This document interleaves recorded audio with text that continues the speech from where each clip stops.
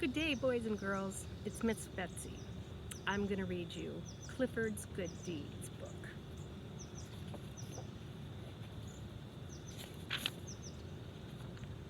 Hello, I'm Emily Elizabeth. This is my dog, Clifford. A boy named Tim lives across the street. One day, Tim said, "I try to do a good deed every day. If I had Clifford, I could help a lot of people." I said, "Let's do some good deeds together." A man was raking leaves. Tim gave him a hand. Then we helped him put the leaves in his truck. I didn't know that dry leaves made Clifford sneeze. The man said he didn't need any more help. We went down the street. We saw a lady painting her house. We helped her paint. When we finished, she thanked us. That was very nice of her. Clifford felt so happy that he wagged his tail. That was a mistake. White paint splattered all over her house. We said we would paint the rest of her house too. The lady said, "Never mind." Then we saw an old lady trying to get her kitten down from a tree. Tim said, "Clifford, get the kitty." Clifford bent the limb down so the lady could reach her kitten.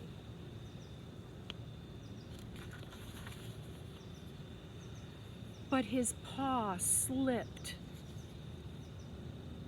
Wow. Off goes Clifford. Clifford moves pretty fast for a big dog. He caught the kitty. The lady was glad to get her kitten back. It didn't take us long to find our next good deed to do. Somebody had let the air out of the tires of a car. The man asked if we could help him. Tim took a rubber tube out of the car and stuck it on the tire valve. Then he told Clifford to blow air through the tube. Uh-oh.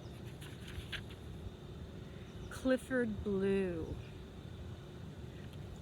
But he blew a little too hard. The man felt better when we took his car into a garage.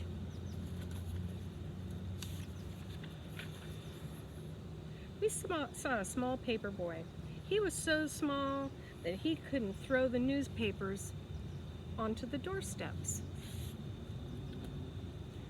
Clifford gave him a paw. Clifford was a little too strong. Nothing seemed to go right for us.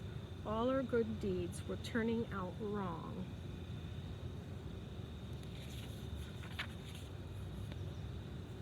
Then we saw a terrible thing. A man was hurt and lying in the street. Nobody was helping him. Tim said, "You should never move an injured person." Clifford didn't hear him. He picked the man up. We started off to find a doctor. Oh dear. Look at the rope. He's pulling the guys out.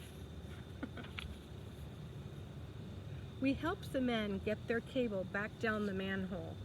Tim said, "Clifford, maybe you shouldn't help me anymore." Clifford felt very sad.